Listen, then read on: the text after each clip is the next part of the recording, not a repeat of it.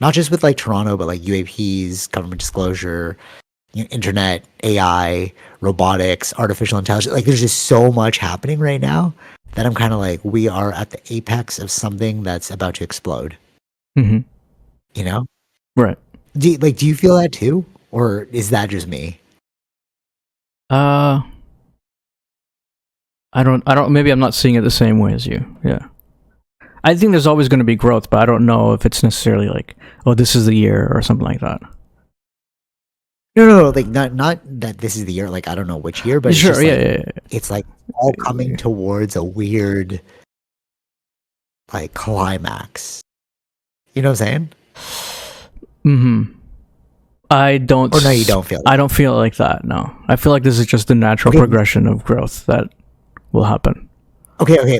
Maybe it's because I'm paying attention to so many UAP things that I'm like, what's about to happen? So I'm reading this new book. I haven't finished yet. It's called Alien Agendas, and a lot of people talk about it in the UFO space. Mm-hmm. Basically, what it is trying to figure out why they're visiting. Okay, and one of the things that I gathered is, and it's making sense though as I'm starting to see it. So like Tom DeLonge in one video, he was talking about the life in the universe, right? Mm-hmm. And how if you see if you go to the ocean and you see a plastic bottle and you're like, oh, that's a plastic bottle. And then you see a fish and then you're like, you don't even realize that there's a boat. And then the boat's connected to land and then land's connected to societies, right? And he's saying that's how like our universe is. So we think that there are these alien beings that are like one-offs, but it's like, no, we're actually a part of this galactic thing. Mm-hmm. Because there is life in the universe, right? There's so much life. We just don't see it the way we're expecting to see it, you know? And one thing that the book was saying is that we could be a part of like it's like Star Wars. Remember when he goes into like the cantina and there's all those different life forms? Yeah. That could be, or you know what I'm saying? Like there's like the Jabba the Hutt and like Mm-hmm. you know what I mean, right? The Mandalorian. Yeah. You know? Yeah. And you can, we might actually be headed towards this point where it's like, surprise, there is so much more life in this universe Mm-hmm. than we thought. Right. And that's kind of why I'm like, I'm feeling like we're about to hit something because we have so much in terms of like augmented reality, Starlink, this UAP thing. Cities are becoming more integrated and like, Mm-hmm. like, remember in like the 90s when you thought of, actually, no, here, I'll do this one. You know, like cyberpunk? Yeah. How it's very amalgamated. You know, like there's so many things just put together. You have like cyborgs and stuff. And we thought that was like a distant future. And we're like, oh, we're not actually going to achieve that. Like Blade Runner 2024 or something, whatever, right? But I think we're actually there. Right. Like, I think we're about to actually enter into that type of society. Like that Neo Tokyo future kind of thing. Yeah, right. Well, like, what do you think? Yeah, I think I go on into why I think that, you know? No, I think that is probably what's going to happen. But I just feel like that is the natural progression of things, right? It is the natural progression, but I think our timeline is skewed. We all thought it was going to be like 2000, but it's like, no, it took a little bit more time. Mm-hmm. Sure. Yeah. But I feel like we're I think the thing that's very different today than even our time when we were kids is that the internet is that good that the people grew up with the internet, right? The kids today they have more information than they ever had before. Than we ever had before. Level of access, level of creativity. Yeah. So those ones that grew up with it, those are the ones. There is a game changer to happen. Yeah. Right? That's what I mean. You could feel it too. Now that we're explaining, like we're talking about it, it's like, oh no, something's definitely coming. Yeah. Not coming, but like we've it's happening. It's where we just can't. Yeah, it's happening. It's happening. It's like they didn't know they were going to the Renaissance till after they knew that they were in the Renaissance. Right. Yeah. Right. And I feel like 200 years from now, when things are just like, oh, they've normalized and like, oh, this is kind of the world we look at. like we live in with Sure. like, oh, there's alien races that interact with us. We have like augmented reality. We have cyborgs. You're kind of like, oh, dude, that's so futuristic. But then we're like, no, we lived through that transitionary phase. Mm-hmm. You know, Yeah. especially with the disclosure thing. It's like, okay, so what else is out there? And like, it's like the disclosure coupled with the Apple Vision Pro. Mm-hmm. Because I'm watching those videos and I'm like, dude, this is the future. Like, what are we doing? Why do we even have a cell phone? Because why would you need a cell phone? Exactly. Right? You Yeah. just need the glasses.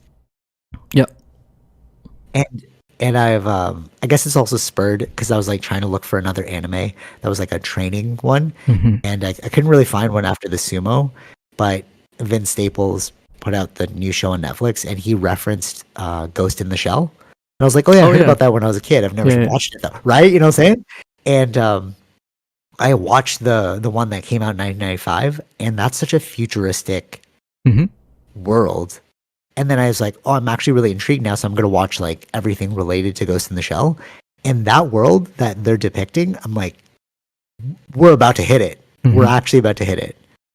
In terms of but it's interesting though. So like the premise of the philosophy behind Ghost in the Shell is like the ghost is our soul, essentially, right? Mm-hmm. So you have these agents that are able to move their soul from one like body to another. Mm-hmm. You know what I mean? So like if one dies, all right, cool, your soul will come out of that body and then they'll implant it into another one. But then the question in the show, which I don't think we understood at the time if you watch it when you're younger, or like the actual implications is like, what about artificial intelligence? That's the question they're asking. It's like the ghost in the shell, how do you know the difference between a soul and AI? Yeah.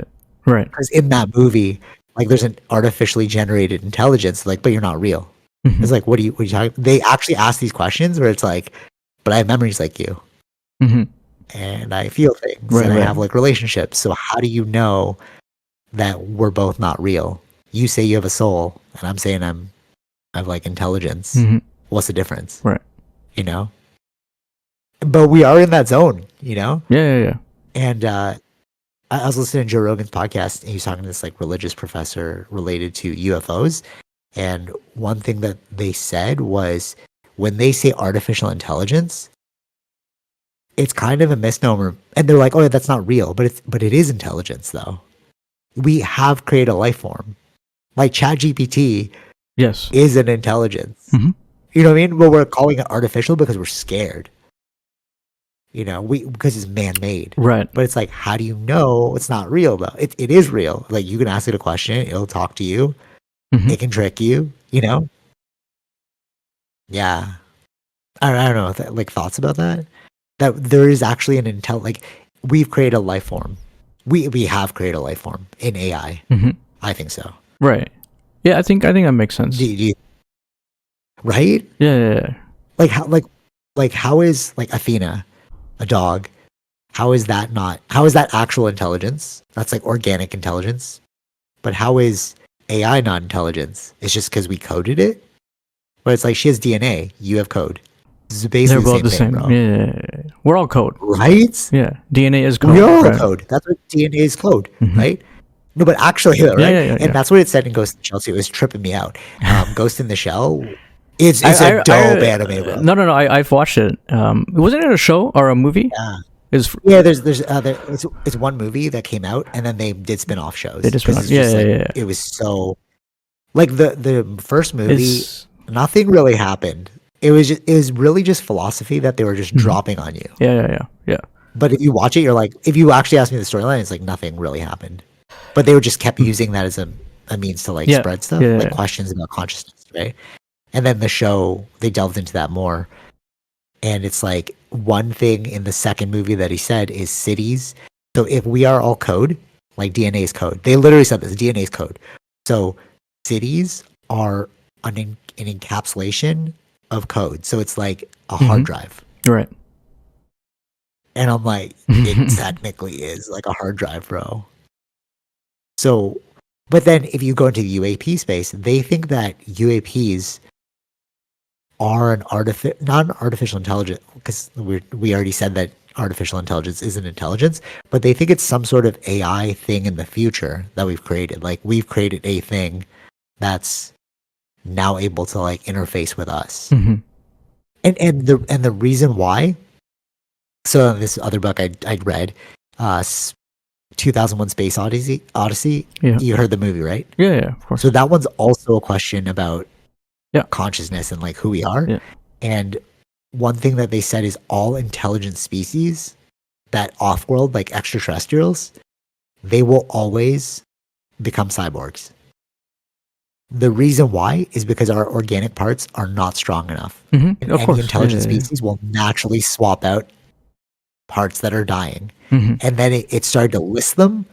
Because it's like it's set in the future, but it's like it listed things that we already do, You're right. which are like pacemakers, prosthetics, Mm-hmm. freaking so many things, right? Like these trackers to make us more optimal. Yeah. My sleep apnea thing that I'm like, I'll get into that later, but like even using like a sleep apnea device to make me more optimal. Mm-hmm. Yeah, we're That's using like cyborg yeah, stuff. Yeah, bro, yeah. Right. right? It's like because it's not implanted until you have like Neuralink. So you're like, oh, we're not a cyborg yet, but it's like, no, technically we are. Mm-hmm. Yeah, We're all we're using cyborgs. technology. Yeah, yeah, yeah. That makes Right? us. Yeah, And it yeah. was saying that, right? Yeah. And all intelligent species that off-world will have to become a cyborg. Mm-hmm. Like on like it'll have to create things to make itself more optimal, Sure. Yeah. which is like true. You know, it's because we're literally doing it. Mm-hmm. Yeah, yeah, yeah, yeah. And that's why I think we're like about to hit something crazy. Because it's like you might not be privy to it yet, but the people that are like the forefront of this thing, they're seeing where this is all going in terms of like AI and like genetic splicing, CRISPR. Like what? Mm-hmm.